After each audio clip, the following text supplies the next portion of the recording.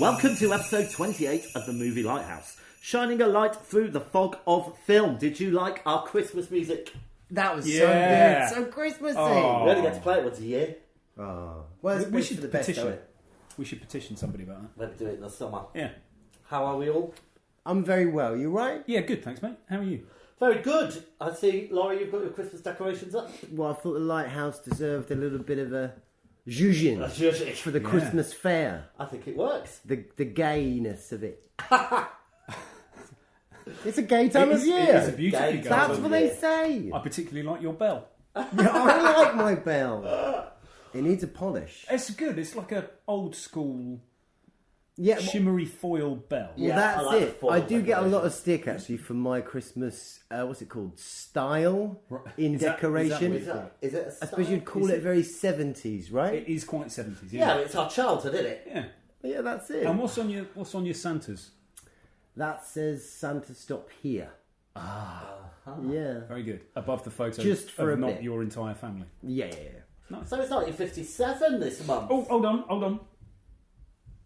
Something happened a few days ago, didn't it? That I only found out was a few days ago today. did. I thought it was today, Oh, but it wasn't. might you be talking about someone's birthday? It was on Monday. My birthday. It was your birthday! It was my birthday. Happy birthday! Happy birthday to you. I've got a present. Happy birthday. It's a side of bacon.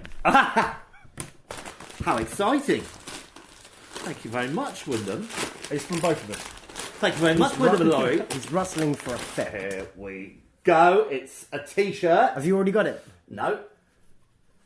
Oh, that's amazing. Candyman t-shirt. That's amazing. Candyman t-shirt. Ah, I'll put that on later. Oh, brilliant. What is he saying? Be my victim. Be my victim. Very odd. There's a man who looks just like the Candyman who lives around south-west London, and I saw him again on the tube the other day. Do you like him? No, he freaks the hell out of me. Did you take a photo? No, actually, I won't say that. Right, okay, should we get on with it? I've also got something as well. It's yeah. one of my favourite photos of you and eggs. I Ah! thought you might like it. Yes, I do. I've already got this up on my wall at home. Damn it. You can put it on your wall. I've already got it up on my wall. Wyndham, you can have yeah. it. One of There my you go. favourite pictures of James and eggs. do you know they've do taken like those eggs eggs. down now? What's that? High Street Ken? Yeah. Yeah, they're gone. Oh, that installation. sad. But we'll always I have think that was picture. Easter. That was another seasonal beast. Beautiful. Well, there Okay. we are. Happy birthday, Tom. Thank you very much, guys. All right, we have an email. Woohoo! And I'm going to need the back of this back because I've written on it. But it's from Connor. So, Wyndham, if you would be kind enough to read this out. Is this... There's two parts to it. oh, God. Hey, Connor. Okay, so... Well, don't be ungrateful about the email. It's the only one we've got. okay, long time no email from Toronto. Yeah. Hey, guys. Been busy working, writing and fighting. Just in case you don't realise, Connor is a poet, published poet. No, I didn't And realise a this. martial arts punchy-facey person. Awesome. Wow. As Ninja well poet. as being a paediatric anaesthetist, I think. Oh, Now man. he's showing off. He really is. He is the mutts. Kid's a powerhouse. Been busy working, writing, and fighting, so I haven't been able to say hi in a long time. But I've been listening regularly. I have a few days off, and I just watched Brain Dead for the first time in years. And of course, I thought of you guys. I had forgotten Uncle Les. Also, that wonderful cameo of the weird ex-Nazi vet Heinrich, who Yes. sells Lionel the tranquilizers. I wonder if Jackson kept that little cameo in mind when writing the Milton Dammers part for Jeffrey Combs in the much maligned The Frighteners, which I've always enjoyed. I can't help but feel Jackson has lost his way and become a George Lucas-like figure who can't make small films anymore. When I first saw Bad Taste and Brain Dead, I thought Jackson was one of the most exciting, frenetic, creative filmmakers since David Lynch and John Carpenter.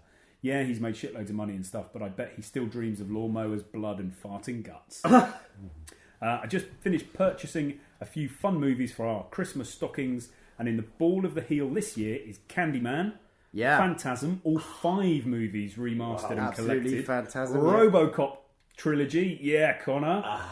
The Fog, In the Mouth of Madness, and Day of the Triffids. Excellent. The BBC adaptation from the 70s and 80s. Great, yeah. I had all these on VHS back in Ireland and have slowly reaccumulated the collection on Blu-ray over the last decade. Next up on screen is Reanimator because Jeffrey Combs, then later tonight, myself and my lady wife are going to rewatch The Exorcist for the nth time because I kick our because I kick ass for the Lord. Yeah. Peace from Toronto. And Laurie, you should watch Like Me. You'll love it. Like Me. Like me. Connor. Ooh, that's all right. P.S. Cheers, Connor. I've made a note of that, man. P.S. The Lighthouse was absolute shite.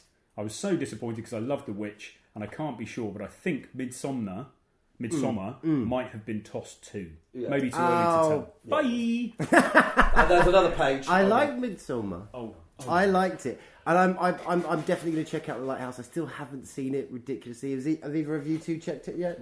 Which is this one? Is this the one with... This is with Footface Willem Dafoe. and Willem Dafoe, yeah. Oh, okay. I think there has been a plus side to this. I think we've probably got some new listeners searching for the Lighthouse. I tagged every little social media tweet. I tagged the movie Lighthouse on it. Oh, by the way, that was sent back in November the Right. 18th. Connor sent that first missive. Right. Because I was just wondering why we have two. Right, Because okay. this one came December 6th. Hey guys, I've been trying to get an email together for ages, but time has been an issue, and every time I listen to the Lighthouse episode, I delay communicating until I watch some of the next films. Oh, good so, man. to recap, number one, Mandy is kind of amazing, but kind of frustrating, but totally stayed with me, and I think it will come to be a very important film for a very exciting filmmaker. Have we not had this? Might not be the right one. Oh, this is December 6th, 2018. Oh yeah, don't read that Definitely. one. All right, that'll do. Right. Thank you very much, Connor. Oh, I've got it. We've got another bit. Yeah. There's like four paragraphs. Very quickly. Right. Okay. Sorry for Toofer, but Toronto traffic is so bad that I listened to the 1974 episode in its entirety while driving home through snow and construction, and the following struck me in no particular order. 1. Only Lovers Left Alive is actually a fabulous vampire movie and does do something entirely new with the genre by introducing the idea that industrialisation and chemicals have tainted human blood to such a degree that there's a black market amongst vampires to sell and access pure blood that remains untainted with time, which also prevents them from lowering themselves to killing to feed. Also, in presenting an albeit languid and glacially paced film about vampires, it allows the mundanity and boredom of such an existence to come to the fore in a completely different fashion to such babysitter baiting goth sludge like Interview with a Vampire and the Twiglet trilogy. This pace also lends itself to an amazing drone guitar soundtrack as provided by Jarmusch's own guitar trio. Oh, right. Loved this film to death and beyond. Right, okay, so that's the one that you shouted out in the last episode. Yeah. Only Lovers Left Alive. What? Now Okay, are you taking note of that? Now It's got some, No, got some no, weight no, behind I the did- I opinion. did it last time. exactly. It's kind of Let me like- write it down now. Yeah. Number 2. Nothing much happened in 1974 except Stephen King checked in as the only guest to the Stanley Hotel in Colorado on the last night before it shut down for the winter, and dreamed of his 3-year-old son being chased down a never-ending succession of hotel corridors.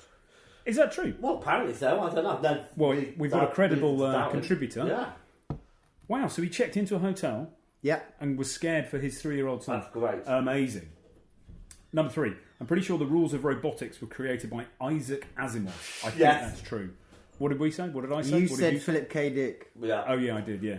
Yeah, all right. Number 4. I may eventually come to love The Lighthouse, but not yet. There you go. I would hereby like to submit my application for the as yet unadvertised post for international correspondent to the movie Lighthouse. Connor lives in Toronto. Yeah, I think it's got legs. It's got correspondent. legs. Thank you very much, Credibility, Connor. Good all work that from kind you. of stuff. Thank you, Connor. All right. Okay, so I've got a little treat for you for our Christmas episode. And what could that be? It is a quiz. Is it a quiz? Yeah. So we're going to do this quiz throughout the show. Oh, All right, I'm great. going to intersperse it. All right, so we're going to start with the first question. Always Yep. the best place to start. All right, are you ready? Yeah. Hello, it's Deborah Wise here. Season's greetings. My 2 questions relate to songs or music which feature in movies. So, question 1 is for Wyndham. Can you name the movie which features this track? Yeah. Ow!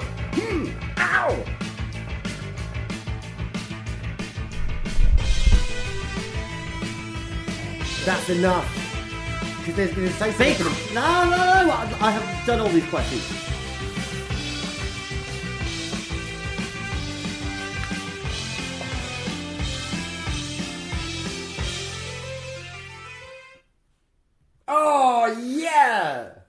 It sounds 80s.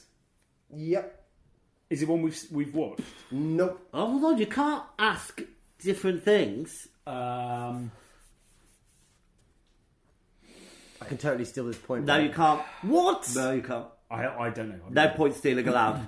All right, so let's see. The answer is Flash Gordon. Sorry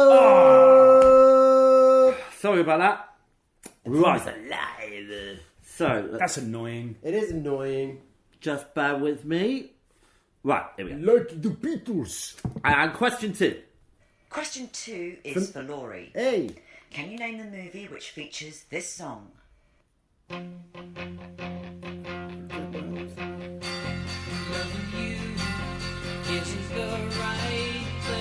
Yes, I can. Will we stop? Okay. Is that... oh, Jesus. Forrest Gump. The answer is Forrest Gump. Well done. Well done. Right, and we've got another one here. Let's have a look.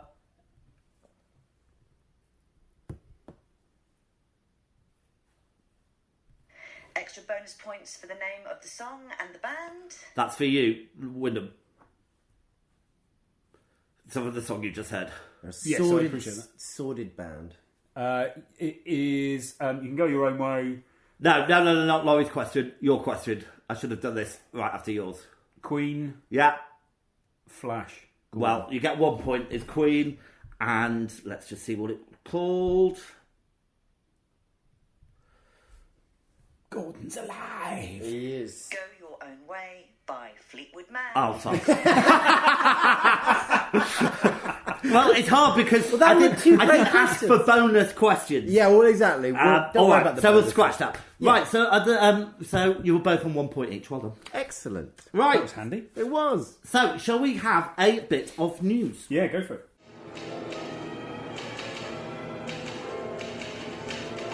Hi, hon. How's it going? All right, so let's talk Let's talk. about The Mandalorian. Oh, Have either of you seen it? I've seen the first 2 episodes. I've got episode 3 at the moment. Oh, I haven't seen it. It's very good indeed. This is on Disney Channel, right? Yes. Okay. Yeah. Well, so we don't have Disney Channel, but No, we are. not so much. We are considering a move away from Now TV. Yeah, that because TV's it's poke. shite. Yeah, I've stopped Now TV. You've seen it, haven't you? The first episode. I have. What do you think? What a gift. You sent me this Yeah. little thing. Anyway, but yeah, so the first 2 episodes I've seen, as you have, and it's great. I don't know if we should do the spoiler bit, but No, there's a God, no. character in it which is the main focus of the whole thing. And this which is the great. This is the terrible thing, though. So obviously, in America, it came out the 12th of November on Disney Plus, whatever it is, and for the UK, we're not going to get it until March. And then, first episode lands, and then there's spoilers everywhere. Such a great little reveal at the end of the first episode. I mean, what a great little I think thing. they've made a massive mistake by not launching Disney Plus at the same time over here. Exactly. Because by the time it comes out in March, everyone who wants to see this programme will have seen it. I think. Well, yeah, there is that. We won't talk too much about that skullduggery, but Yeah. yeah, if you look under certain stones, it's out there. And if you are stone turning, Yeah. I highly recommend it. Yeah, it's very good. It's very good. Basically, kind of what you get is because it's right away from the galaxy. It's not interested in Force. It's That's not true. Well, there are That's elements. not true at all. Well, yeah. What it does do is tell a brand new story, which I Exactly. think is a problem. I think this is better than the new films, the new trilogy. It's got so much opportunity about it, hasn't it? And Yeah. then, but it kind of links back to that kind of original idea that George Lucas had with the whole sort of samurai Kurosawa thing, where you've got... Life Day. That's what they mentioned. Life Day. They mentioned Life Yeah, Day. they do. So that means that the Star Wars Christmas special, holiday special, is canon. Oh yeah. Yeah. Oh wow. That's cool. I didn't notice that actually, but they tap into that sort of samurai thing. So I don't know if you've ever seen a thing called Shogun Assassin, Lone Wolf and Cub. Ever seen that? No. It's me neither. yeah. Well, they're kind of tapping into that thing as well, which really really works. But yeah, highly recommended. Great. There we go. Anyone else got the news? No. Well, see, I was caught short for time, but obviously we are coming up to Christmas. I've mentioned it before, and I'll say it again. War of the Worlds. Mark Gatiss is going to be doing a Christmas ghost story for us this year, which is great. I did want to get the name, but it definitely is an M.R. James retelling. So, yeah, just put that on your radar. Okay, I did want to talk about War of the Worlds a little bit. Yeah. I got to halfway through the second episode. Yep. Where I just thought it was boring, it was dull. It was like Threads. They just made it to Threads, you know. And There's this a whole Threads future thing thing going was on. stupid. Well, that was their kind of original take on it, weren't they? It was their kind of retelling, as it were. Well, it fell flat. There was not enough invasion for me.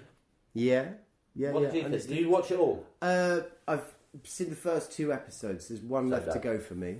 I mean, everyone I'm talking to about it are saying that it's not really worked for them, as it were. They weren't really feeling it, and boring are words I'm hearing about it.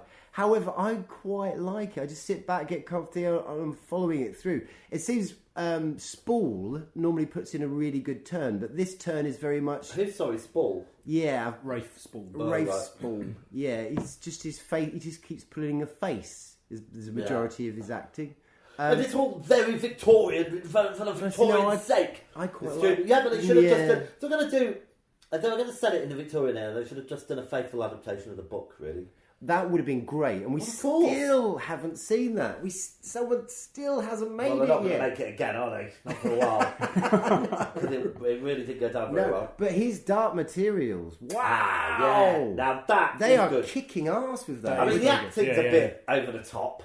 I don't mind that at all. But I think it is getting better as we're going through it. And it was great seeing Serafina Pekkala floating around. And the design of her, so she's not on a witch or anything, so she must have a little twig with her or whatever in her hand, and she's just floating around.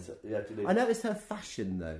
So that's witch fashion. It's like a weird concept to think. Okay. I thought it was just capage, but no. Well, you're thinking of Megan Mogg, though. I am getting a bit Meggy Moggy, but I'm really enjoying it. They're doing a great job with it. And actually, what's his name? Lin-Manuel Miranda as Lee Scoresby. Yeah, bit of a dodgy accent. Yeah, but you know. Yeah, and when I first saw him cast, I was like, not again, because I thought he was miscast in Mary Poppins. It was like, I thought he did a good job in Mary Poppins. Nah, not for me anyway. But however, now I'm what are we? 3 episodes in? No, it's 4 about episodes? 5. I think. 5. Really? Yeah. How many do you think there's going to be in the series? 6? If it's BBC, it'll be 6, won't it? I think there's 8. I bet it'll finish before Christmas. Maybe. And the only thing I'm getting a bit confused is the alternate universe. I haven't read the books for years. Yes, you don't see that in the first book. So you're drafting in a little in. bit of the second book.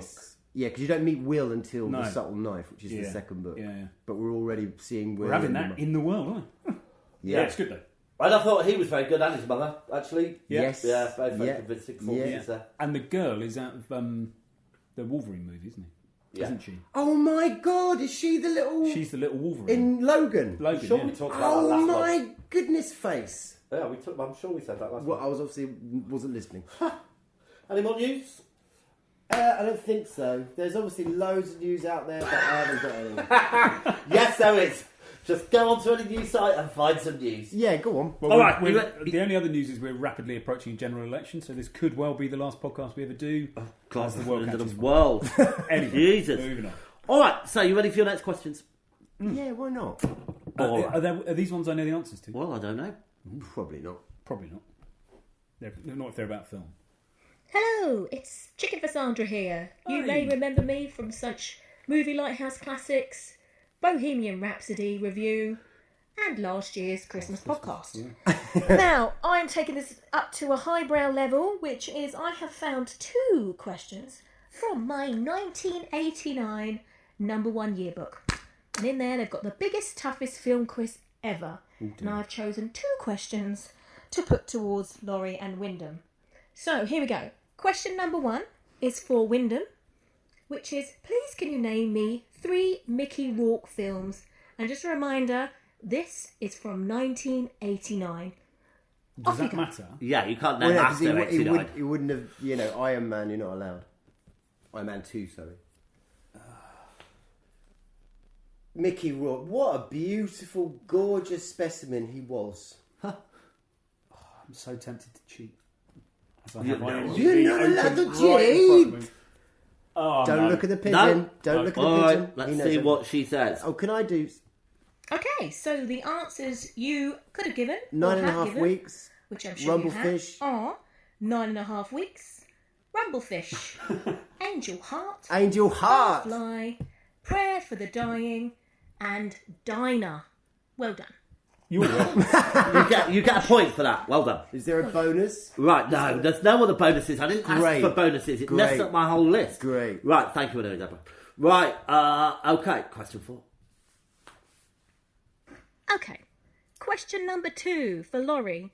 Can you please tell me, Morrissey visited the grave of a dead Hollywood star for his Suede Head video.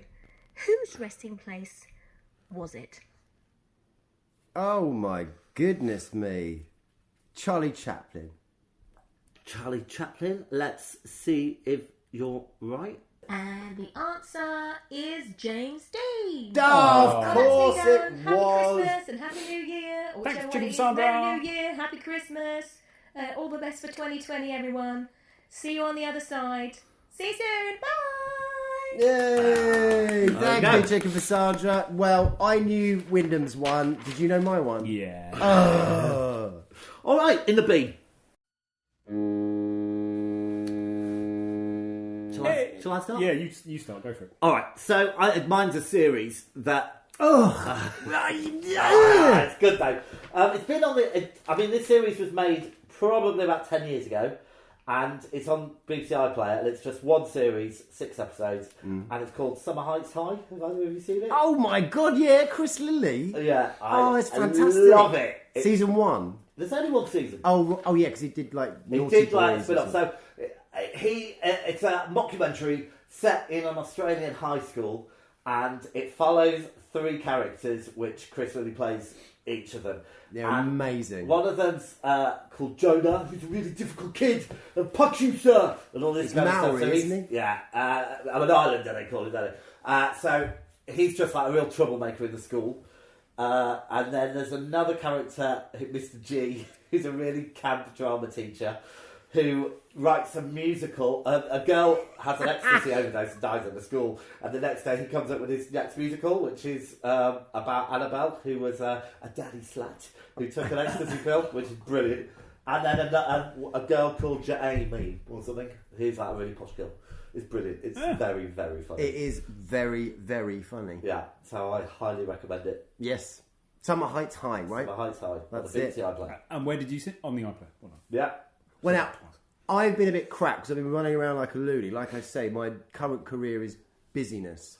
So, I'm going to say... He's only saying that for the podcast in case anybody's listening. Yeah. I'm going to put something in that I previously put in. Hold on. Sorry to bother you. That's it. Well, that's all right. You haven't bothered us. And I don't have anything in the bean this Oh, wow. Right. Short episode, Short boys. episode. Right, Next so here's our time. next question. Hi, this is JR from Nearly Said the Bluebirds podcast. From Strangers in Space, which also includes actually Film Club, which, as any fool would tell you, is absolutely the best film podcast out there. What are you laughing at? 2 questions for your Christmas quiz. The first one is for Wyndham, and here it is. 1981 became known for the release of 3 major werewolf movies all in the same year. Yeah. One was The Howling, Yeah. one was An American Werewolf Yeah. in London, Two on but you. the third, which starred Albert Finney and which was set in New York, is now largely forgotten. What is it? Do I get a Wow. point for knowing the first 2? Well, no, because he said that he read those out. An Albert Finney Oh, fantastic. What a great werewolf question. movie. There's no way. No, I didn't know. Do you know? idea. JR, dude, you stumped me, man. You And stumped the me. answer to that question was Wolfen. Wolfen. That's another one I'm writing down. All these Christmas films I'm going to be watching. Thank you, JR. That's awesome. Right, question 6. And here's question 2 for Laurie. Roy Castle appeared in 3 feature films with Peter Cushing. Yep. One was Dr. Terror's House of Horrors. Damn it. One was Legend of the Werewolf. But what was the other? Is it Dracula or Frankenstein? I'm going to say...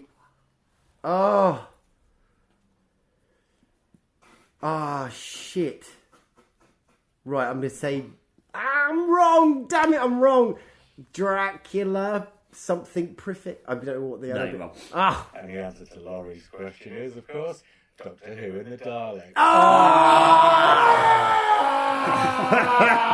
And, well, I guess have a Merry Christmas, you guys, and, good luck with being the second best film podcast out. That was good. Damn it, why didn't I realise that? I've got a feeling this is going to be a very low scoring quiz. Yeah.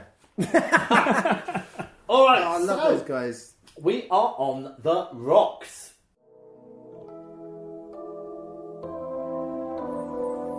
Love on the rocks,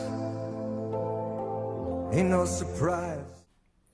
Who's going to kick us off? I do have an on the Right, rocks. Wyndham, go on. I sent a picture to you guys during the week. Yes. It's a mid-70s film, and I was going to say I don't know what attracted me to it, but what attracted me to it is the title, Strip Naked for Your Killer. Oh, for God's sake. I found it on Amazon, I think. Amazon Prime. It's just terrible. It's how you awful, find awful, these awful. things. It's the premise of it is it's an Italian film based in Milan or something like that, based around a fashion agency where the men are predatory, bit rapey. The women are also predatory and a bit rapey, and this small group of them, of photographers, agency owners and models, start being murdered. Right. But it is it's like, Jesus Christ, how was it? Oh my God. Is it a subtitle film? No, dubbed. Right. Sounds absolutely awful. And there's zero reason why anybody listening to this podcast would even trip over it, let alone trip over it and go, do you know what? I'm going to give that a watch. How did you find I Were you don't know. feeling a bit pervy? I don't know. Did you have the curtains drawn? Well, no, there's other ways to... Your algorithm must be fucked up. Yeah, Louisa does not enjoy the fact that I use her Netflix. Yeah, so just if you ever come across anything like that, don't. Just don't. Oh, okay. It's really tough watching. Okay. All right, Laurie. Well, I'm going to use this space because I have remembered something. So I'm actually, this is a beam thing. No, you can't. Not allowed. All right, so you just can't. I've just remembered Well, it. it's tough. We've It's done that good. section. No. It's a film. That doesn't matter. Right, my one is The Irishman. Oh, have you watched it? Not all of it. Look, I'm sure it's much better than. But I watched the first 45 minutes of it. Jesus, It's so 3 you're not hours. even... Yeah, but I'm going to tell you why I really didn't like it. I think they make a huge error with this whole CGI thing because they Because they That's why it's- de-aged them. haven't that's they? they why it's de-aged been delayed for Pesci so and they long. de-aged De Niro, but they still look and act old. So you've got old men Right, yeah, walking yeah. around pretending to be kids, dressed as kids, and it's weird. It looks weird. They're supposed to be about 30, and he looks about 60. It's just something very odd about it, Yeah. and it's very off-putting to watch. Yeah. So, Have you seen it? No, I haven't. Jesus Christ, It I does haven't got feel a 3.5 hours. No, exactly. It does feel a little bit of a... Well, we're at this point in our careers, go fuck yourselves. We want to make this Yeah. very long movie. well, I've heard really good reviews about it, but that kind of put me off a lot. Really, It's too long. Oh, no, It it's... is. No, we're the no, young no, generation, no. Laurie. We're Yeah. like, oh, It's yeah. just one of those meaty monsters that you get, and 9 times out of 10 they turn out to be good. Obviously, we could talk about the Godfather, Once Upon a Time in America. they're not Scorsese films. I'm not saying that they are, but I'm just And saying long. these kind of long, meaty. You really get into the characters and into the story. So I'm Stand, sure the TV movie. the standard TV movie, and I'm sure it's probably really, really good. But this technology bit, that's Yeah, I where didn't it's like falling it. down. Yeah, I I think it was a bit weird. It didn't suit it. They should have just used young actors. I was so surprised when it suddenly turned up. It was on Netflix. I was like, what? Well, Netflix have What the paid shit? for it, so but they Right. wanted it a cinema release so it can go for Oscars and stuff. Yeah, but I never knew that until the day it came out on Netflix. I was like, what the fuck? They're putting it there? I thought Well, it they've was got gonna $6 billion to spend on programming. So Where they've else would got to they spend put it? something. That's They made fantastic. it. Where would they put it? That's fantastic. Amazon Prime? be- Yeah. But that's cool. All right. Cemetery Man, Delamore. Yeah, whatever. Well, Right. that's on the rocks, is it? Okay. No, it's fucking great. It's big. It's great. It's weird. It's really good. Rupert Everett. All right. Let's carry on. Question 7. Oh, how many questions on it? Hi, hello. I'm Matt from the Strangers in Space podcast. Awesome. And the best film podcast out there, which is Film Club International. Film Club. I think. Film Club International. Crowbar name. I find it's certainly called Film Club. No, International. And I've got 2 questions. And so, question 1 is for Wyndham, and I've written this very carefully. Following a life-changing accident, which actor was originally offered the role of quadriplegic villain Mason Verger in Ridley Scott's Hannibal, but he turned it down when he read the script? It's got to be. It's got to be. Yeah, that's not that many, is there? It's got to be. Think quadriplegic. That's a great question. Really I good never knew question. that, but I know the answer. Right. How many quadriplegic actors do you Wait. know? Well, I'm trying to help him. I don't know any quadriplegics. Don't look at the. All right.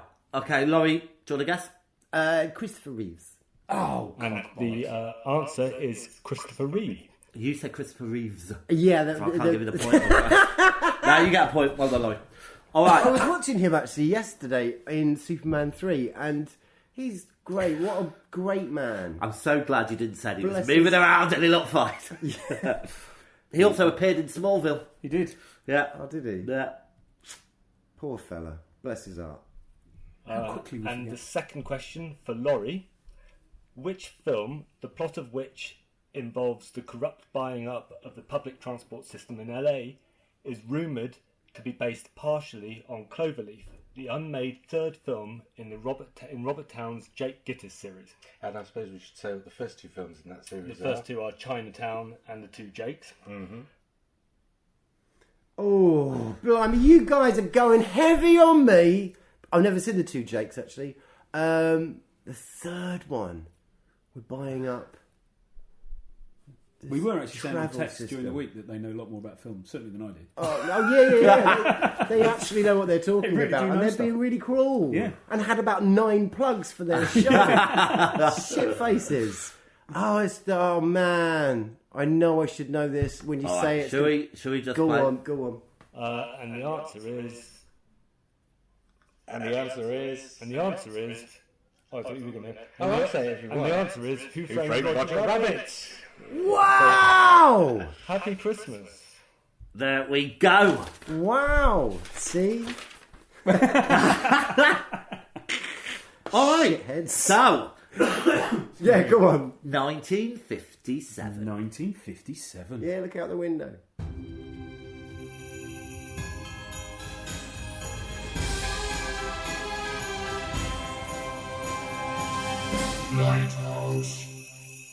Okay, so I'm going to give you a bit of information about 1957. Okay. In the news, it was the Suez Canal crisis. Yeah. The first artificial satellite, Sputnik, was launched. And Right. there was a big outbreak of foot and mouth disease in this Foot and country. mouth. In fact, In England? my grandfather's farm had to be, animals had to be killed, I think. Yeah. But in popular culture, the frisbee was invented. Wow, cool. So, like, plates must have existed before that, but I suppose you wouldn't have called them frisbees. No, No. they're plates. That place, Oh, definitely. yeah, that's right, yeah. All Plastic but- plates, you But was reckon it they somebody existed? just flipped it the other way up in a Greek-style smashing fest? Yeah. And it just went... Well, there we go. On TV, the UK entered the Eurovision Song Contest. Yeah. The Sky at Night started. Patrick Moore, we've yeah. got- oh, I who love went him. on to become Games Master. Do you remember that? Yes, he did. He Of course I remember did. that. It was great, Patrick Moore. It was great on the xylophone. And it was the first... It wasn't the xylophone. Was it the xylophone? I think he was a Glockenspiel? Glockenspiel. Glockenspiel. And the Queen's speech was first televised. Ah. Yeah. Right, in music, well, Frank Sinatra, Bill Haley in the Comets, Elvis Presley, all that kind of shit. Do you know? Sorry, on music. While I remember, I was watching Scrooged earlier today, Right, and Miles Davis is in it. Yes, he is. He's on one of the band. bums. It's his band, yeah. On the streets. Yeah. Sorry, Scrooged. Ah, what a cracker. Never seen. And it's got to be changed. people who died in the year 1957: Humphrey Bogart, Oliver Hardy, and Christian Dior. Oliver Hardy. Who's Yeah. Oliver Hardy? Roland Hardy. I might have had a stroke or something. It's the scarf. Do you think this it's Going to your head. Yeah, Okay. Jesus. And the top 5 grossing films at number 5, Old Yeller. Oh, what a cruel film. And number 4, Peyton Place. Never seen it. Who? Don't know. Number 3, Witness for the Prosecution. Hey? Number 2, Sayonara. Ugh. And at number 1, The Bridge on the River Kwai. Ah! Yeah. So, there we go. So, before we talk about our first film, I've got another couple of questions for you. Okay. Are they as hard as the last one? Let's hope not. Yeah, it's not those blooming strangers in hoo-ha, is it? Let's have a go. Hello, this is Vicky from 50 Oh, Minute thank Theatre. God. I know the Vicky. podcast that I do with James. It is really excellent. You should listen to Jeez, it. it's a bit of a plug. I won't That's say fine, much sharing the about it love. anymore, but, yeah, great. Sharing the air. So I have a couple of questions. The I'm not gonna get this first one. question I have is for Wyndham. James and I recently went to see the living legend Sir Ian McKellen on stage. He did a lot of talking about stuff, and it turns out he really loves Shakespeare. Who knew? Anyway, according to the internet, the following 4 films are all based on Shakespeare plays. Can you identify the plays that 2 of them are based on? They're not the same plays. And the films are The Lion King, 10 Things I Hate About You, Forbidden Planet, and My Own Private Idaho. Any ideas? Hamlet Yeah. and Macbeth. Is that what you're coming up with? Yeah. Right. Not that I'm not trying. Macbeth is a guess. You're a guess. And the answers are The Lion King is based on Hamlet. Correct. 10 Things I Hate About You is based on The Taming of the Shrew. Oh, Forbidden Planet is based on The Tempest. And My Own Private Idaho is based on King Henry IV and V. I did not get that myself. Oh, so I was Anyway, right. congratulations if you got those right, Wyndham, and a very happy Christmas. Thanks, Fitz. happy Christmas, Voxy. Right. And Sharing the air. your question, Laurie. My second question is for Laurie Wise. Laurie Wise, I am not only a big fan of theatre, I'm also a big fan of the horror film genre. Can you name 2 horror films that are set in a theatre? Demons. And Theatre of Blood. Demons is more of a cinema, isn't it, though? And yes, so I said Demons, so that's more of a cinema. Do you think that counts? Let's see what Vicky says. Let's see what she says. And the answers are, well, there could be many answers, but the films that I know of that are set in theatres are The Phantom of the Opera, Stage Fright, Theatre of Death, aka Blood Fiend, The Flesh and Blood Show, Theatre of Blood, Yes! Nightmares, aka Stage Fright, The Theatre Bazaar, and another film called Stage Fright, because there aren't enough films called Stage Fright already. Again, congratulations if you got that right, and a very happy Christmas to you too. All right. Happy You don't get Demons because it's a movie theatre. Yeah, you're I'm afraid. right, you're right. All right, so let's get on to the main feature. The Incredible Shrinking Man. Okay. All right, so I'll give you some information. It was released in 1957, directed by Jack Arnold, screenplay by Richard Matheson and the novel by Richard Matheson, music by Joseph Gershenson. Yeah. Oh, yeah. It had a budget of $800,000 US, and the box office it got 1.43 million. Didn't win any Oscars or BAFTAs, but it did get a Hugo Award for Outstanding Movie. And notable actors, Grant Williams as Robert Scott Carey, Randy Stewart as Louise Carey, and I guess that'll do. So, beautiful. Before we say anything, should we have a clip? Okay. The science fiction classic, The Incredible Shrinking Man, one of the best sci-fi films of all time. Sky, what was that? I don't know. Some kind of mist. Look at your chest. They still too loose? Sure, even the cuffs are dragging. Gee, they do look kind of big. I'm getting smaller, Lou, every day. Well, that's silly, honey. People just don't get smaller. There's no medical precedent for what's happening to you. I simply know that you're getting smaller. The x-rays prove it beyond any doubt. Okay, so we're looking at The Incredible Shrinking Man.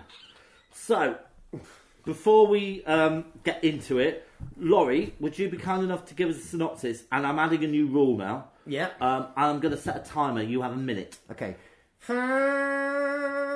No, I've got it here. It's not a pretend time. What are you doing? Is it right? This is your time. That music. Oh my God, that music. Dude and his wife on a boat. Dude, wife goes downstairs below deck to get the beers. Because he's a man. He's the 50s old man. 50s old man goes into this weird, strange cloud, comes out silvery. Then, lo and behold, the poor fella gets smaller and smaller and smaller. And there's kind of sort of 3 acts to the film where it's, first of all, it's a little bit like, shit, kind of paranoia, you feel a bit of pity. Second kind of act is like, shit, the guy's a proper midget fella. He's trying to identify, obviously lost all his manness. Then he's uber small and he's surviving as an uber small man. And then it goes, actually, there is a 4th kind of bit which alludes to where you go into spirituality in a way. Do you know what? Actually, that was bob on. Perfect. Yeah. And bang on a minute. And bang on a minute. Wow. Well done. Look at that. Oh my gosh. Right. So, it was Wyndham. What's your impression of the film?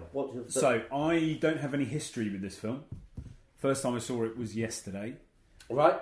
And I don't think you're going to like this, Laurie. Oh, you actually even going to consider saying this is not an amazing masterpiece? I couldn't have given less of a shit about any of the characters. Oh my God. I genuinely couldn't. To begin with, it was kind of like, well, if that boat catches fire and they die, then I don't have to watch the rest of the film.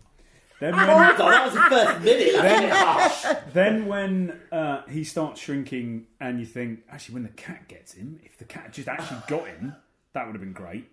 And then about he doesn't quite drown and he doesn't quite get eaten by the spy. And I don't know what it was. It didn't chime with me at all. Were you wearing a scarf when you were I was watching not wearing a scarf, no. Jesus Christ! I love this film. Laurie, you recommended it to me. I think I watched it a couple of years ago for the first time. Yeah. That was it. I watched it during a mission to watch every film mentioned in the song Science Fiction Double Feature. No, that's a which great is mission. At the start of the Rock Horror Show. This film is not in it, I realised. I went and checked. But I think this film is amazing. I think it's brilliant. It is really, really great. What about you, Laurie? I was just managed to get like on a deal with about 4 or 5 films, and 3 of them, I believe, were actually done by Jack Arnold, who made this. Right. So there was the Creature from the Black Lagoon, Tarantula. It Came from Outer Space. So yeah, Tarantula, all those 3. Tarantula and It Came from Outer Space are both mentioned in Science Fiction Double Feature. There you go. So that's your Jack Arnold. So anyway, this was part of that series as well. And I was going through them one by one, and it just blew me away. It took me by surprise because literally right from the beginning, that opening piece of music, I was like, wow, that's awesome. It's kind of sort of James Bondy kind of sort of feel to it, but really dramatic and a beautiful piece of music. And then the film started, and obviously I thought it was just going to be ridiculous and kind of funny and with that kind of sort of 50s feel to it. but I was just so surprised how seriously they take it. It's quite actually, it's a sincere. And it makes you think, if it happened to you, Jesus. Exactly, you identify with him so quickly. You know, he plays it so well. The actor's name is Grant Williams. Grant Williams. He just plays it so right. We could just really identify with him. He's very sympathetic, as it were. And it stunned me. Yeah, I think it's a completely original idea for a film. It was inspired by a scene in the film Let's Do It Again about a hat which gets too large for a man's head, apparently. Which again sounds ridiculous. Surely that's got to be ridiculous. That bit at the start, where he's saying to go and get me a beer. My parents, which are now divorced, and probably for this reason, my dad used to wake my mother up at about 2:30 in the morning to go and make him a coffee. Whoa. And then they'd have a coffee and then go back to sleep, which I always thought very odd. Right, so that's control issue. So, to be fair, when all of that stuff, as you know, my bent on these kind of things is always, I'm a bit right on. Yeah, you are a bit so right on. When I was watching it, I was thinking, am I going to have to get right on about it? And I'm not, and I didn't, because it was like, that's all right, this is their relationship, it's fine. It is a joke, it's fine, it's not a drama. But it also deliberately is alluding to the fact that the 50s man is, and he basically loses his masculinity. Yeah. It touches on so many cool things, and done on face value. You read it on paper, it's like this is going to be ridiculous. I just think they nail it. I think it's a really great film. It moves on very quickly. It does. Yeah. You're not bored. And there's a shot. I think it's when he started to shrink quite a bit, and there's a shot with the chair. And you just see the chair for ages. And it's such a good build-up to when they flip it, and it's like his brothers just come round to say the business isn't doing very well, we can't give you any money. And he's just looking at the back of the chair. Yeah. And then there's little Scotty Williams. Yeah. And that's it, and that's the part where you move into the kind of the ridicule bit. So now it's funny, you feel embarrassed, but then this act of the film it's where obviously he doesn't feel like a man anymore. He can't be with his wife, and he's desperate to be with her. So he starts sort of controlling her in a way as best he can. But then he manages to break out for a bit, has a little walk, meets the local circus. Yes. And there, lo and behold, there's someone who's a little bit shorter than him, and she's very attractive. So again, he's got his masculinity back again. Fantastic. And that's a really clever idea as well, because by introducing Clarice, they can have a whole section without having to do special effects or anything. Oh yeah, because I think they really cleverly engineer, him being small with larger people.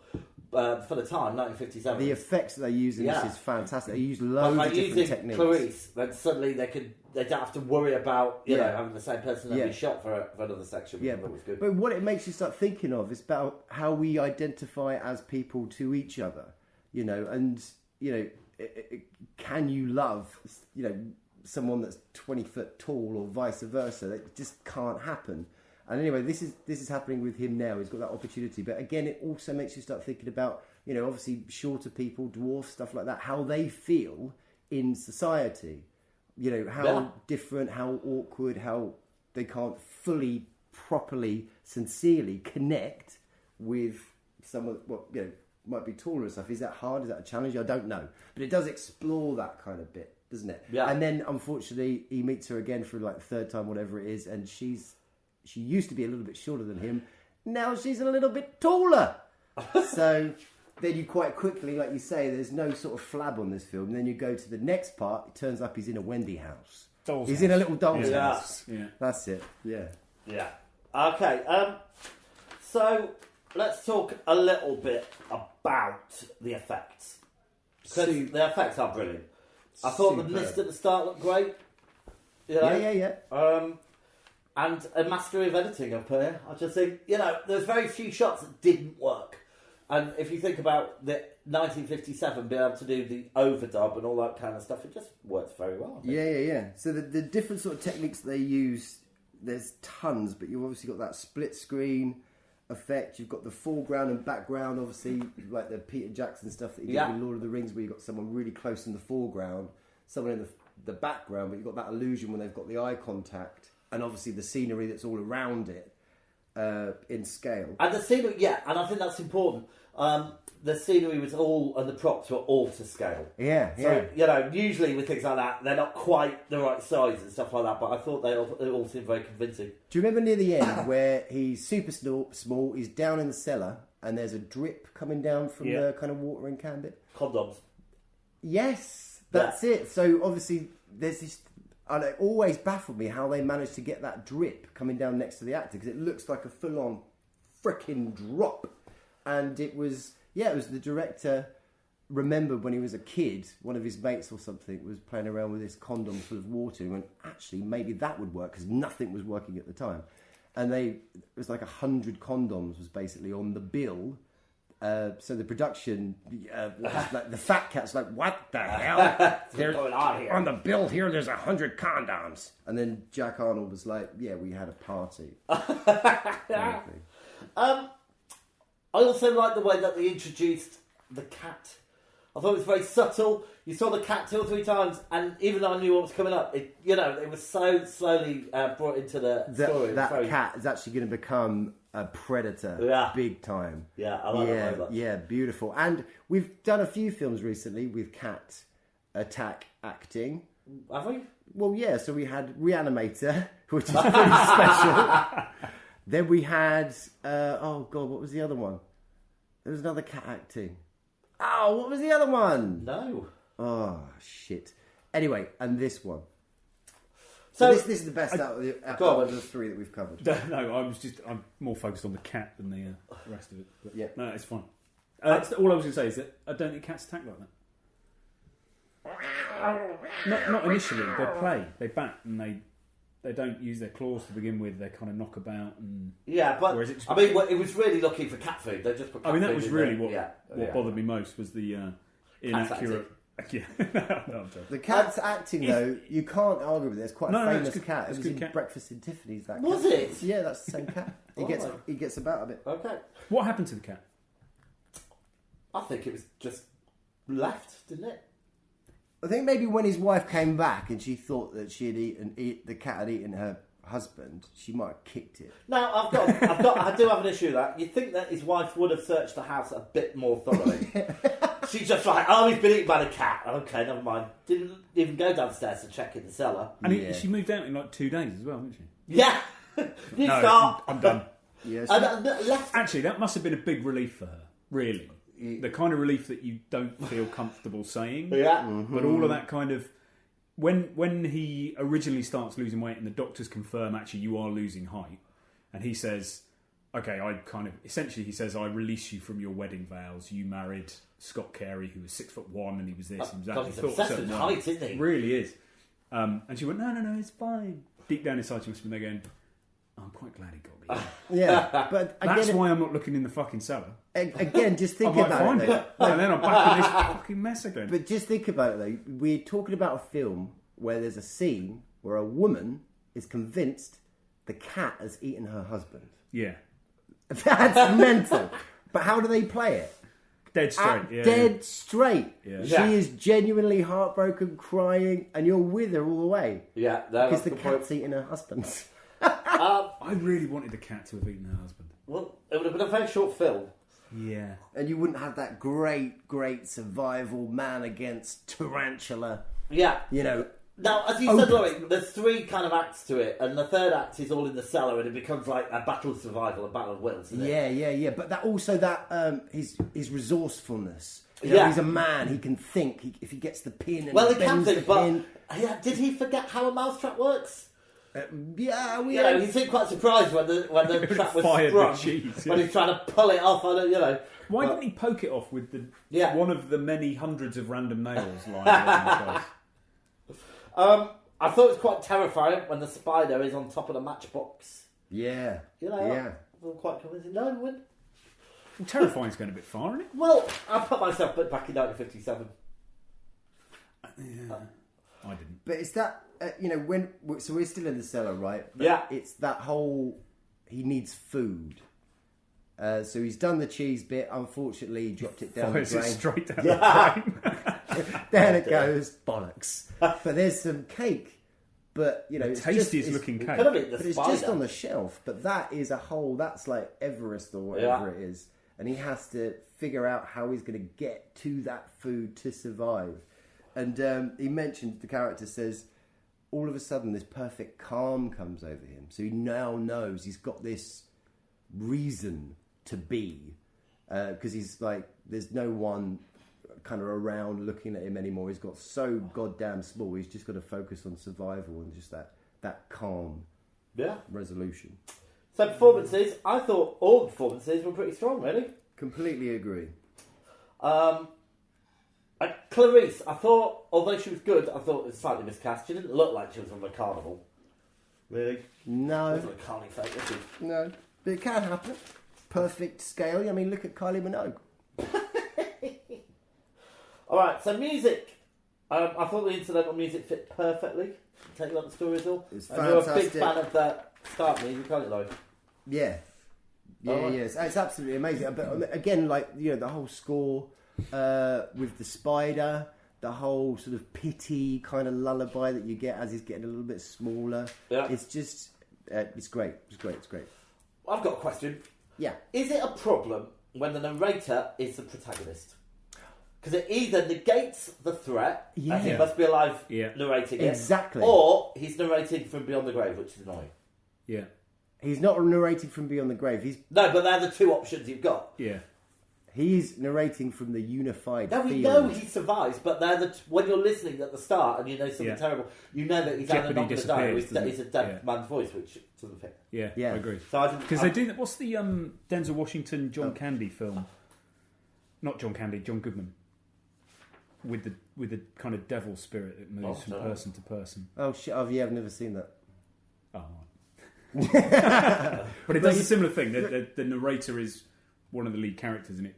Yeah, but like Sunset Boulevard, obviously that kind of he's the narrator, but he's the dead guy at the beginning kind of thing. Yeah. Which is Absolutely, really I agree cool. with you though. I think because all of that kind of the tarantula. If you're going to, well, clearly he's going to. It's fine. It will be fine because he's still because he's still narrating the story. About the story. But it makes it really interesting the fact of like, okay, where is he?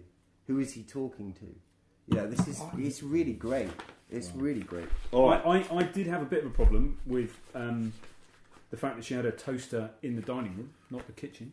Right. I didn't notice that. Yeah. We were still just beginning to live with appliances back then, though. You know what I mean? And they hadn't quite figured it out. That food stuff goes in the Put kitchen. it in there. I think we may have had a foot spa in the conservatory. All right. And as is my way, I'm going to pick on the bits that wouldn't happen. Okay. So you got... like the man shrieking. Well, there is that, yeah. But there's also they'd run all the tests, but it's just like one person in the world, right? Who's got this thing. Yes. Yeah. You wouldn't then invest lots and lots and lots of money into figuring out what was wrong with it. Oh, but bless But if him. there was, he was obviously a media phenomenon. Yeah. I'm not ready to break it. But again, remember how he actually... What caused this? It's not just... Glitter. It's kind of anti-communist message. This is it. So it's the Russians. You know, because that's what all these science fiction films are about. Yeah, but this one isn't. But kind of. This that is mystery from the because Russians. he was walking down the street and a He wasn't lorry... walking down, it was on a boat. This is the weird bit. What? He's walking down the street and there's a lorry that falls over and he got covered in... Insecticide. Wow. Which triggered... So he went into the cloud, which was the radiation. No, the other way around. Oh, right. Radiation first, gets covered in glitter on the boat. I had it the other way around. 6 months later, he gets insecticide, which is what triggers I the didn't two know that. things together. I missed that insecticide bit. That's there you random as hell, though, isn't it? It's crazy. go. The strange mist would have done it fine. Exactly. Why do you need the incest? Brilliant. Love it. All right. Memorable scenes. I've just put the cat segment. Yeah, the cat was good. Yeah. All of it. I just love it all. I think it's just tremendous. Yeah, well, this leads on to my next question. Does it stand up today? Yes. So it was just a film that I watched. It didn't touch me deeply. I think it's aged brilliantly, but I did get a bit bored towards it. And I think some of the quotes in it are a bit. Oh, I mean, I get it, but it's like, oh, calm down. Go on, give us a quote. So the bit where he says, "In my hunt for food, I had become the hunted." Yeah. I get that. That's right. But then, right at the very end, or right towards the end, he He says, "As man had dominated the world of the sun, so I would dominate my world." Yeah, I remember that one. I was going to write that down, but I couldn't write it down quick enough. I put, "We've looked everywhere. He's dead." I haven't looked everywhere at all. Yeah. Didn't look in the cellar once. Especially as he's there going, "I'm his brother. I wouldn't say this if it wasn't true." Ugh. Yeah. So there was going to be a sequel to this. I think it was called The Incredible Shrinking Woman. Yeah, but there was never His made. wife. Yeah. And this was it was going to be a film where she shrank, and it ended up in the can't remember what it's called, but the Tinyverse, let's call it. So Scott's living in the Tinyverse with these eel-like creatures floating around with bacteria and stuff. Oh, great! But it was too much high concept, I think, to make it time. Yeah. Just a little fun fact, kind of.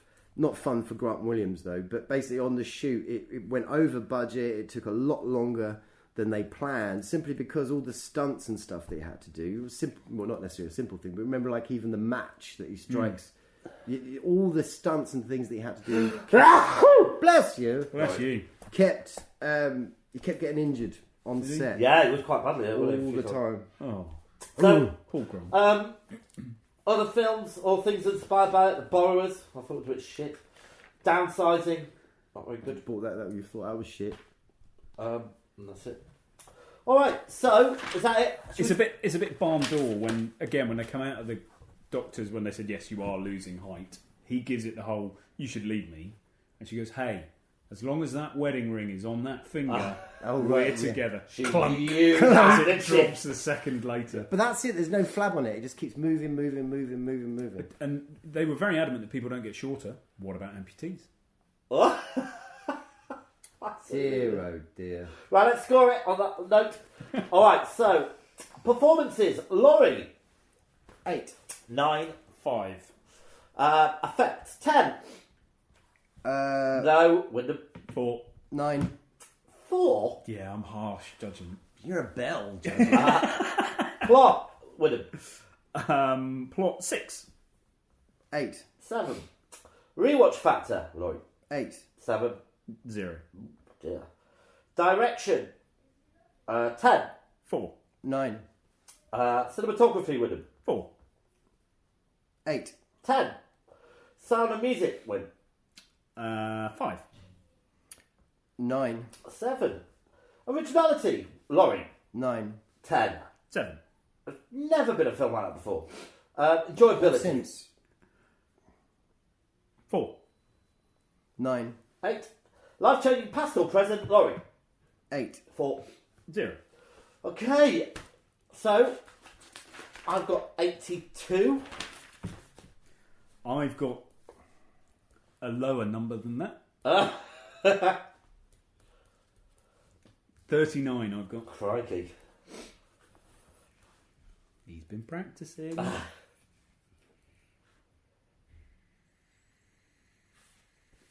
Shit. Oh, shit. Is that right? That can't be right. 78 plus 17. It's 85, isn't it? 85, babe. Very good. All right, so let's see what the rating is. Gives it... Is that right? Jeez.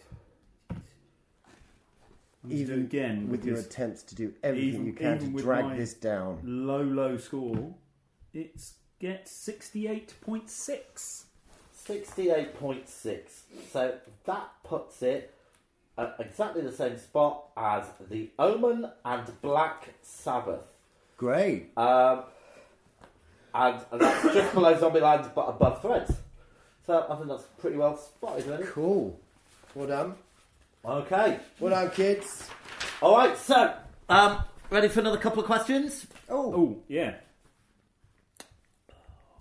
All right, so what are we on? Question 11. Hello, the crew of the Lighthouse. It's Terry here. Oh, Terry. Yes! By Laurie as the southwestern winklepicker for some reason. Anyways, I've rowed up to the shores of the lighthouse in my skiff with my questions in hand. Incidentally, guys, it looks like you've got a Fraggle problem on your shore. Sort before they get into the foundations. Okay, On to my questions. Wyndham. In the film Beverly Hills Cop, Axel Foley is from Detroit. What other iconic movie cop is also from Detroit? What other Shush. iconic movie Just don't cop say anything. is from Detroit? Oh, fucking hell. Yeah, fucking Fuck me, hell. I nearly walked straight past that. Robocop is from Detroit. Is that Alex Murphy? Oh, yeah, he is, yeah. Let's see if you're right. The answer is RoboCop. Yay! Yeah, you. Ooh. If you hadn't have Alex got Murphy, it, Terry. all right, Laurie. Laurie, in the 1977 film Star Wars, what was the film originally going to be called? That's your Blue Harvest there, sunshine. Don't waste my time. Let's up. Rum The answer raisin. is Adventures of the Star Killers, taken from the Journal of the Wheels, Saga 1, Star Wars. Sorry, you've got that wrong. Keep up the good work, guys, and What? Merry Say that Christmas. again. You got it wrong. Oh, what? Blue Harvest? Shit! Yeah, I thought it was Blue Harvest. Well, you Or thought maybe wrong. that was the production name. It was like a ruse. Oh, Terry. Thank you very much, Rant Terry. and Thanks, Terry. rave for Sir Western Ticket. So yeah, that Fraggle problem he's mentioned, I have noticed that. We I need think to get on that. It's used to. Chucking all your napkins out the window. I don't know if I can take napkins. Turns out, think- it's like I a think red it's- flag to a ball. We need to Yeah, get one I of those big creatures to try and cunt them. Yeah, Try to that's- what them? Cunt them. Oh, You know. started that with a different... I'm going to go on Amazon, one of those big creatures. Right. What are those big creatures?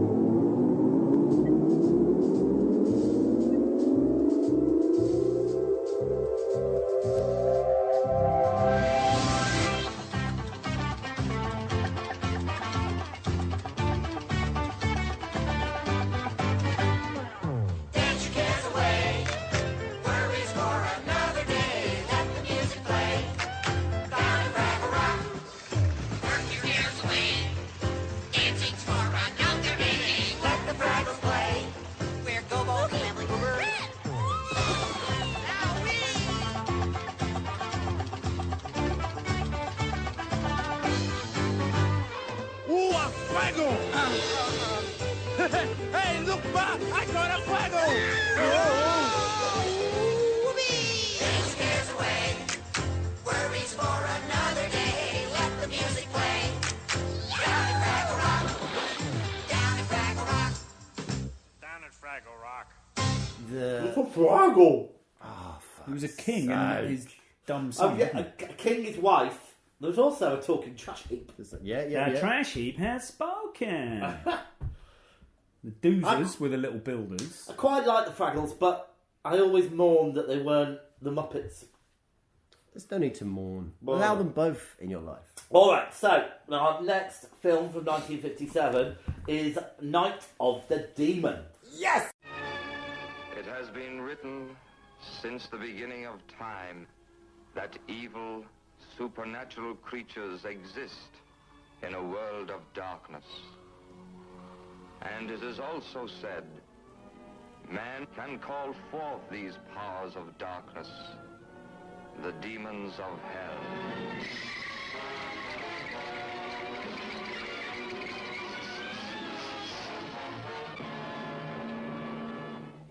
It is the night of the demon. And tonight is the night that Dana Andrews, as a daring scientist, defies the mysterious murderous devil cult in a desperate battle against the demons of hell. Okay, so it was directed by Jacques Tourneur, written by M.R. James, and the story was Casting the Rooms, 1911. Music by Clifton Parker.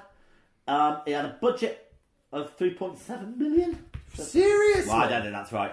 It had a box office of 3.1 million. I'm sure that's not true about the budget. No.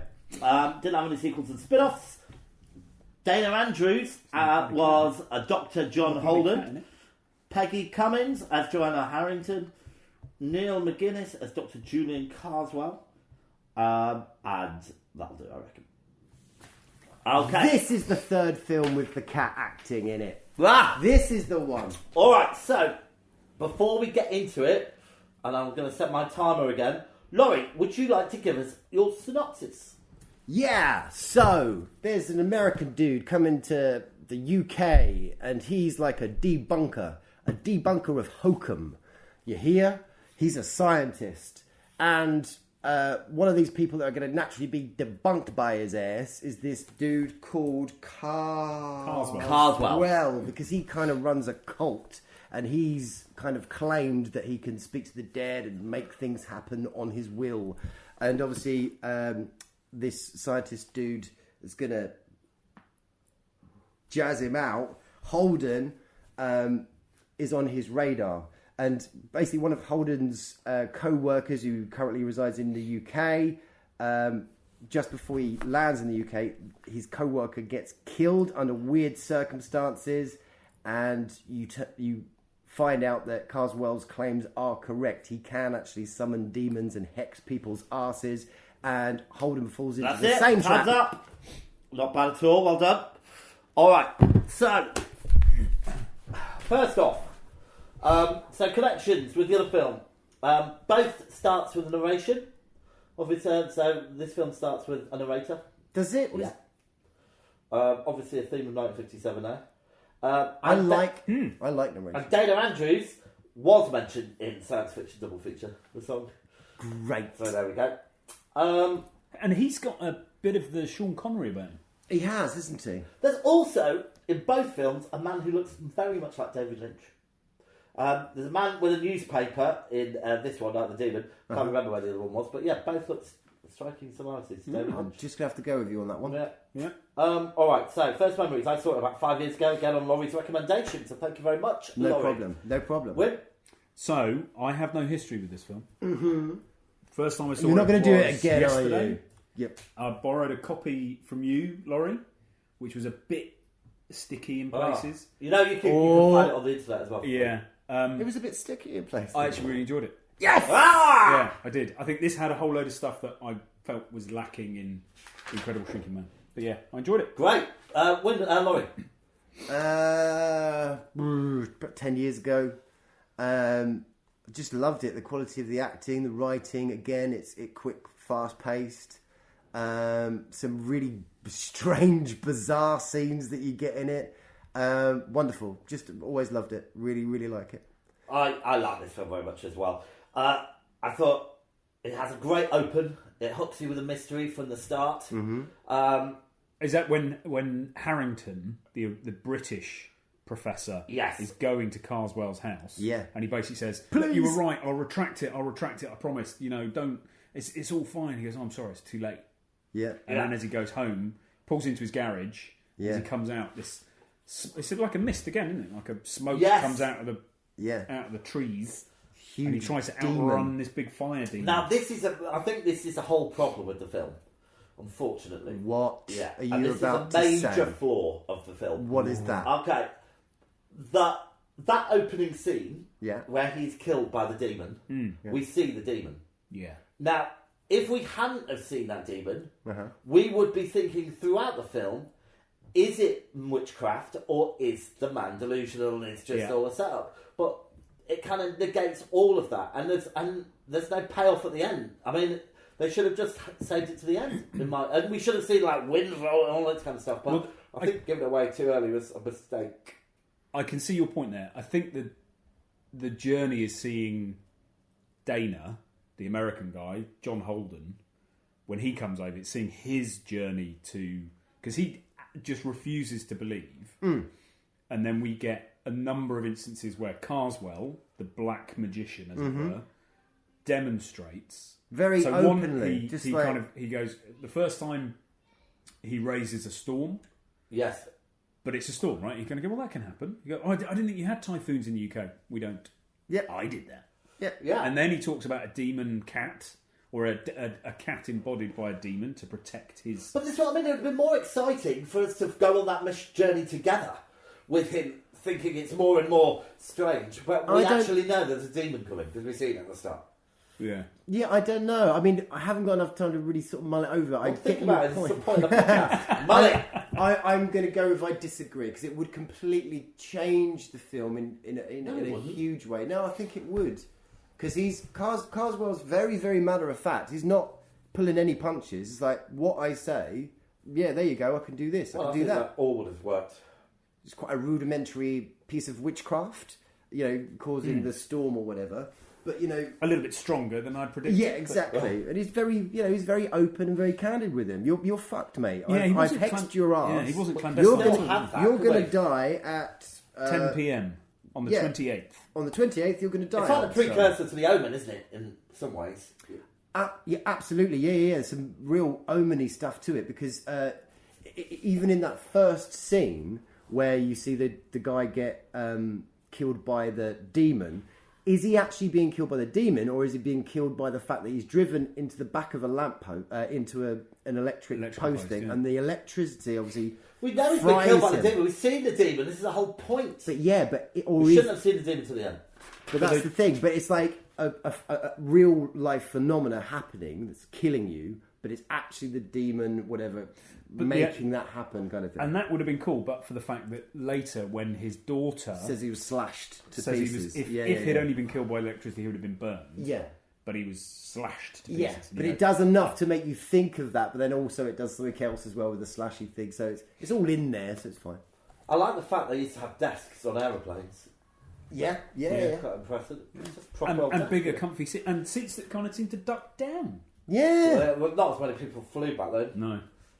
I thought... Go on. No, it's all right. I was going to talk about old planes, don't worry. No, go on then. I was going to say they had proper china as well. Yeah. China plates and proper colouring. Go back to those days. Yeah. Even though Carswell is trying to kill him, he's still very polite. He is very polite. He's not trying to kill him. He's like, just don't do this. He's trying to kill him. Completely trying to kill him. He gave him the manuscript. He slipped in the rooms. Yeah. He's absolutely trying to kill him. He keeps saying, "Oh, you're going to be dead over 20 minutes." What does he say at the beginning? It's like, don't do it. And he's like, I'm sorry, Carswell, I can't hear. I don't take any of your crap. And he keeps saying, well, you'll be dead on the 25th.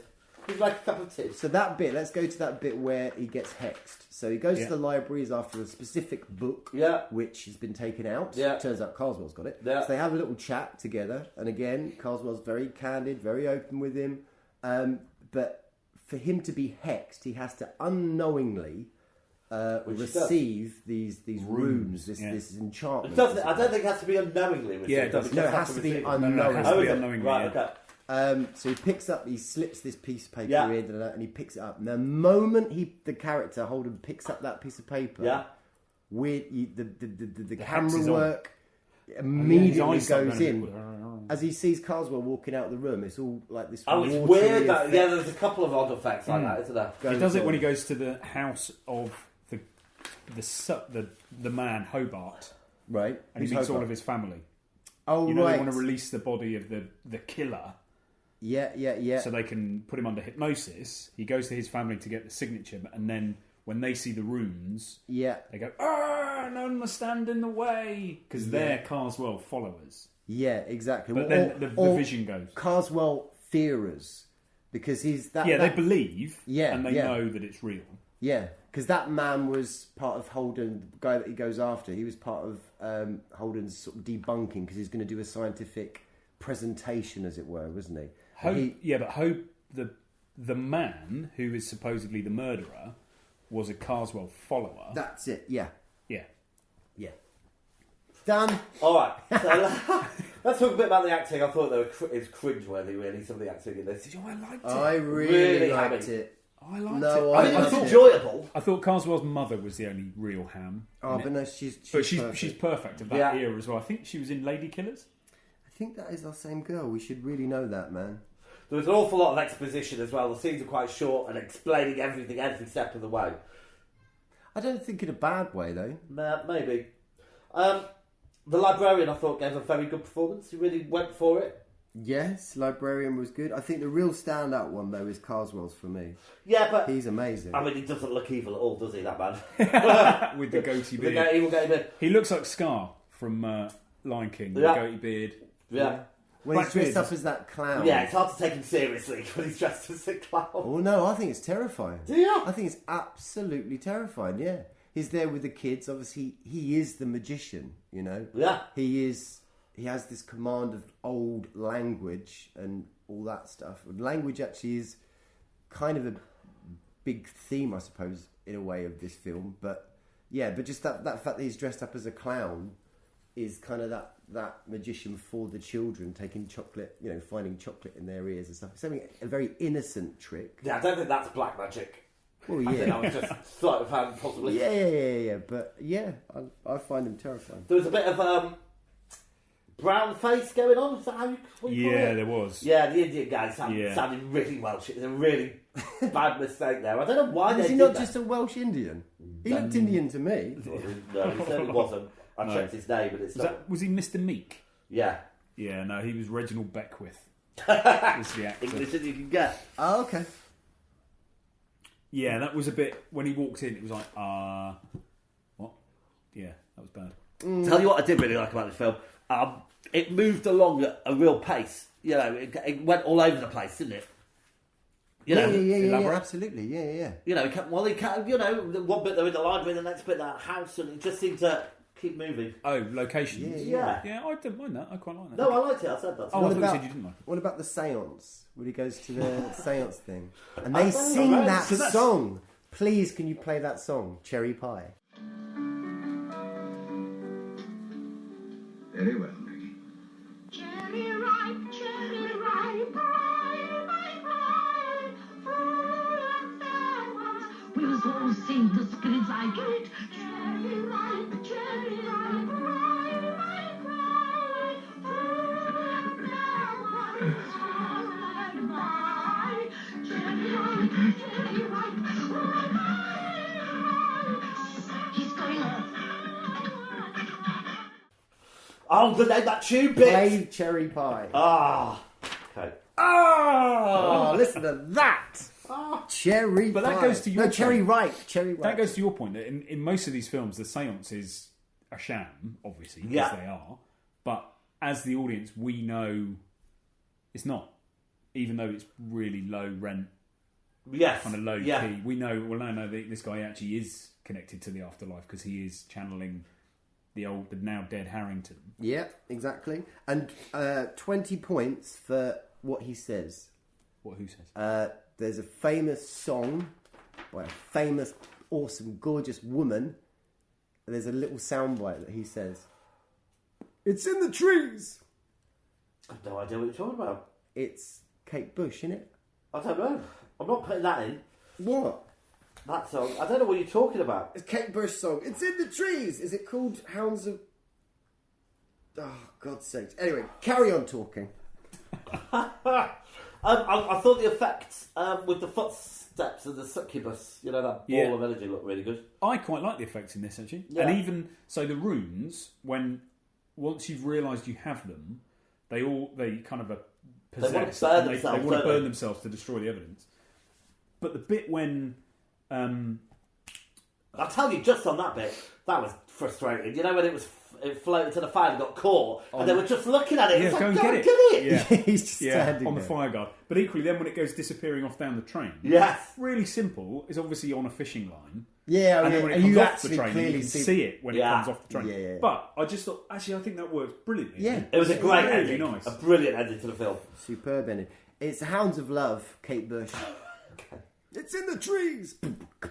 So, Hands of Love is based on this film.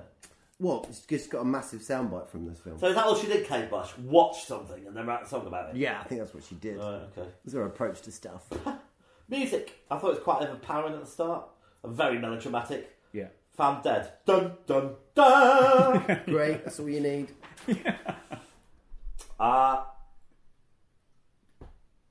Right, and my question is about the bit at the start, which I still stand by is wrong.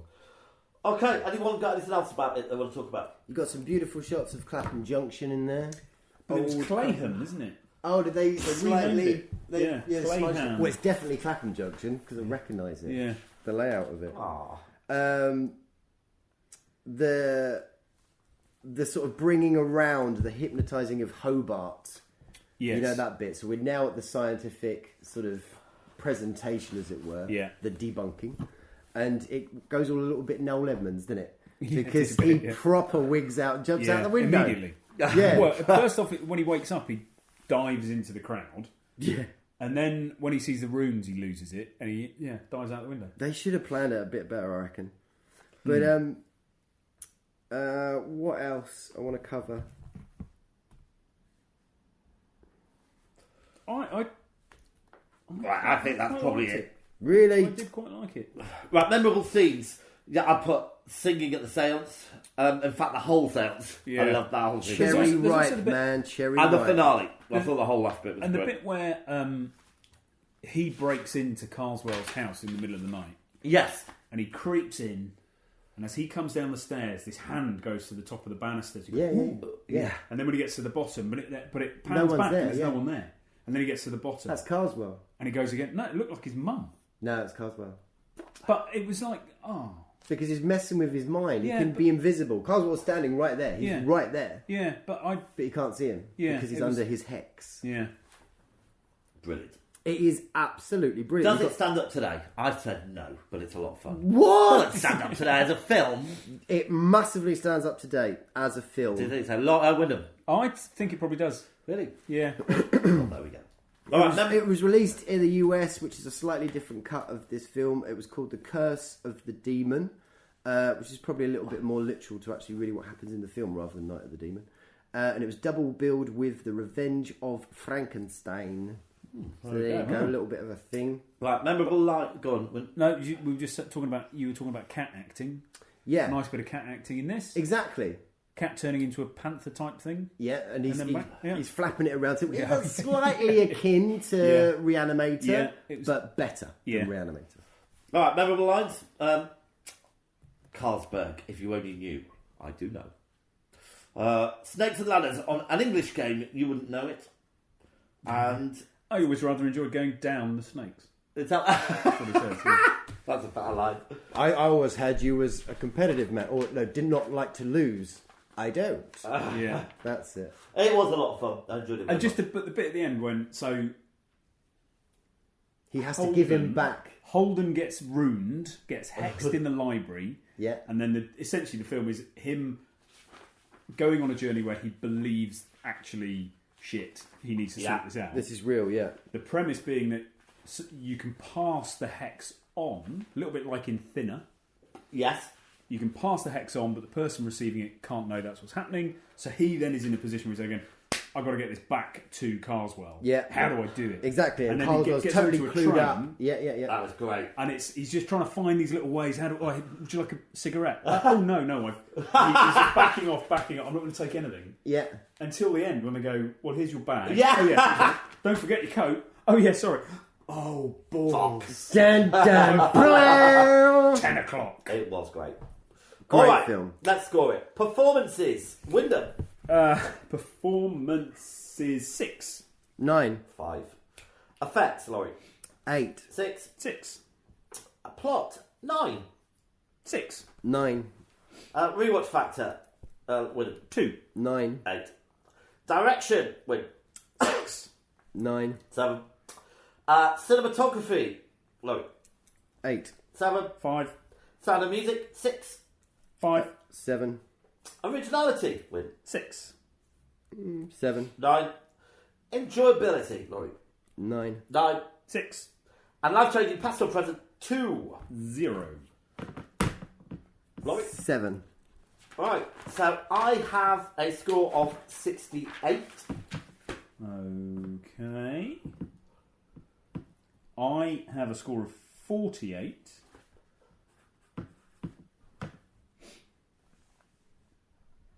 I have a score of 82. Punchy. Yeah. Gives it a score of 66. 66. Alright, so that on our this year's leaderboard just puts it just below Brain Dead, or just above the Fog, and on our major scoreboard, probably about the same. Yeah, just above the Fog. So there we go. Yeah. That's all really. Night of the Demon, man. Alright, so you ready for your final questions? Oh. Yes, please. Oh, yeah. Alright. Do we want a bit of a score recap so we understand what? Yeah, if you like. Is? So, Wyndham, you're on 3. Laurie, you're on 4. Yeah, of course. All to play for. Yeah. All to play for. All right. So, let's see if I can find the next questions. What socks am I wearing? That's not. I've seen them already. Yeah, your shining socks. Right, question 13. This is for you, Win. Okay. So give us a bit of a synopsis, Laurie, before we get into this film. So actually, kind of Ah! what the film is. So Sorry. All right, I've forgotten what the questions were. Right, so for the final 4 questions, I have taken a section from some of our previous shows. Right, and what I would like you to tell me is what the fuck Laurie's talking about. I completely forgot. All right, so Win, this one's for you. So give us a bit of a synopsis, Laurie, before we get into this film. So actually, kind of what the film is. So we've got. It's a satire of the man in the music business, really. So you've got this kind of guy called Swan, who kind of owns everything. You already told me the film. Phantom of the Paradise. Very good indeed. Well done. I re-listened to that episode quite recently. Oh, did you? It's a belter. Is it? Right. It's the next one. What's that one? No. Sorry, it's getting harder to find now. Whoa. It's not stored in a linear way. No, Is it not? Right, here we go. This one's for you, Laurie. And wow, yeah, it scared the shit out of me. I was obsessed with it. That's when I completely fell in love with it. Obviously, there's just such an awesome amount of images in it that just completely. Well, we'll get onto that in a bit. Yeah. Oh my god! Oh my god! I became obsessed with it. Terrified me. Is he the Jaws or the Exorcist? I don't know where my notes is, so I can't remember. Oh no! You've always got it in for me, ain't you? Right. I will stick in here what it was, but I can't remember what it is off the top of my head. Yeah. Damn it. All right, last questions, one each. Oh, hold on a minute. What was that? Question 14. Let me just... 13. No, that was question... Was that... Hold on. No, you've done one each. So, yeah, I just didn't put the name, but I put the name of all the others on the question. Right, so question 15. Right. All right, fair enough. It starts off a bit slowly, but there's some good comedy in it. There's that obviously that budget element to it, which is you see the guy floating first of all. Oh yes, space. But the rest of the time you ever see that guy that is floating on this floating Oh yeah, I know platform, you only see him from the And that is Battle Beyond the Stars. Yeah. It's Battle Beyond the Stars. Yeah. I'm afraid not. It's Critters. Critters! Oh, yes. I thought it was... Yeah. Critters. But I thought it was Battle Beyond the Stars as well. Because it looks so similar in your head. Yeah, it goes to Battle Beyond the Stars. Okay, last one. And I can say at the moment the scores are tied. Do you have the answer I to do. this I've question? got all the other answers. I just didn't put it in this one. Sorry. Right. So if you get this right, you win. Okay. Interesting. So, as far as I can tell, keep doing that. That will give me motivation. As far as I can tell, some lady is having a relationship with a guy, and he's a little bit under the cosh. She hasn't got any money. Oh no, next year, man, we're gonna make it big. But at the moment, I'm slightly fucked. So we're gonna have to wait before we can be together. This is all before we have to wait a while before we can be together, kind of thing. And then she gets this bizarre opportunity when she's at work. Psycho. Yes! Oh! Well done. Yeah. Good shout. Oh, very good indeed. Well done, Laurie. You with the quiz? Yeah, I did. But you're both incredibly bad at scoring. There's many of those scores. All right. So that brings us to the end of our Christmas special. Oh. What film are you going to watch in particular this year? You made a promise to yourself. I haven't really. Okay. Anything? No, I haven't. You've already done Scrooge, haven't you? Yeah, I did that today. An absolute belter. I do like to watch the Muppet Christmas Carol, but I don't know if we bother this year. No. But maybe. I always watch Women in Black, so that's standard. The Innocents, standard. Every year? Yeah, pretty much every year. Rear Window. We just watched the Box of Delights, which we do every year. Watch last night. It was very good. Yeah. Right. Who's your... Yes! Finally. Right. So, this is our January edition. Yeah. Must be our third season, right? Third season, yeah, absolutely. Okay, and I have got number 34. Number 34. What does it mean? Number 34 is zombies. Yay! Ooh. Oh.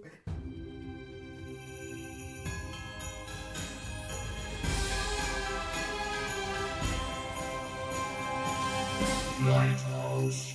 All right, so we're back. So next month, we are looking at zombies. So, Win, can you give us your first choice? Yes, my first choice is Cillian Murphy. Yeah. In Danny Boyle's 28 Days Later. Mm-hmm. Okay. Thank you very much, Lauren. So we did. For God's Return of sakes. the Living Dead Part 2. Yeah, no, not the George A. Romero one. Oh, Dawn of the Dead, for goodness sake. Yeah. Dawn of the Dead. So this is the follow-on to that. So again, George A. Romero. So this is the Day of the Dead, 1985, Day of the Dead. Day of the Dead. My favourite out of the whole caboodle, by the way. Okay. Okay, and I have just tripped over a modern classic from Japan called One Cut of You know the what Dead. happened last time we did this? Yeah. We never got to see it. I ended up watching it. This is a 2019 film called One Cut of the Dead. And essentially, the film is about a low-budget zombie horror shoot which is invaded by a shambling horde of real zombies. But is that really what's going on? Oh! Okay. My second choice will be Wreck. The Spanish version. The dead coming to life zompirically. Or is that what's really going on? Okay. That's not my terminology. But no, it fits quite well for Wreck. Okay, so good choices there. I have seen 28 Days Later. Alright, I know what I'm going to choose. Wyndham, I'm going to go with One Cut of the Dead. Yeah! No! Well, I'm intrigued by it.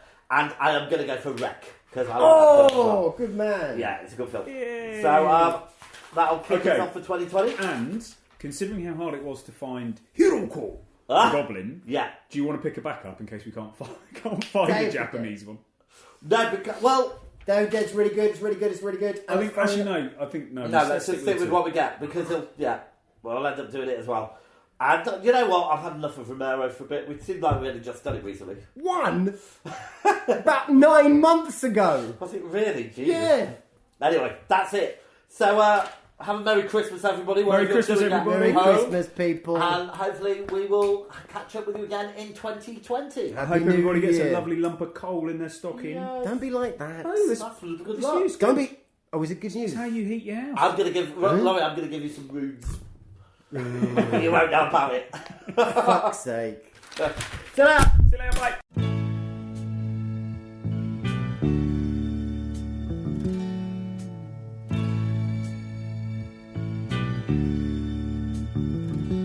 Michael Rennie was ill the day the earth stood still, but he told us where we stand. And Flash Gordon was there in silver underwear. Claude Rains was the invisible man. Then something went wrong for Fay Ray and King Kong. They got caught in a celluloid jam. Then at a deadly pace, it came from outer space. And this is how the message ran. Science fiction. Double feature. Dr. X will build a creature.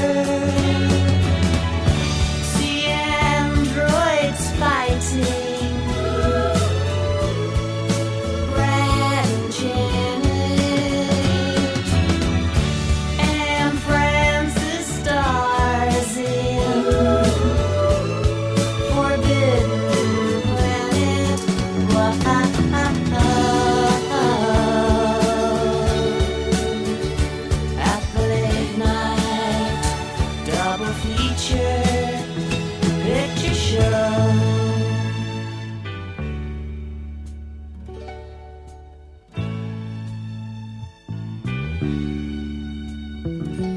I knew Leo G. Carroll was over a barrel when Tarantula took to the hills. And I really got hot when I saw Jeanette Scott fight a trivet that spits poison and kills. Dana Andrews said prunes gave him the rooms, and passing the muse lots of skills. But when worlds collide, said George Powell to his bride, I'm gonna give you some terrible thrills, like science fiction double feature. Dr. X will build a creature. See androids fighting Brad and Janet, and Francis stars in Forbidden Planet.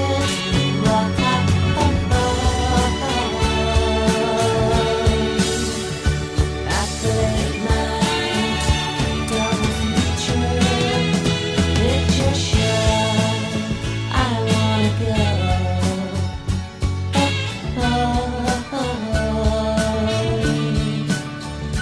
To the late night double feature picture show by RKO.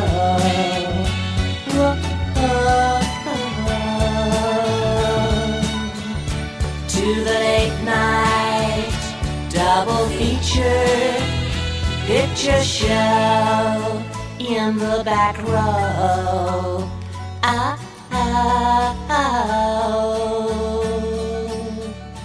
To the late night double feature picture show.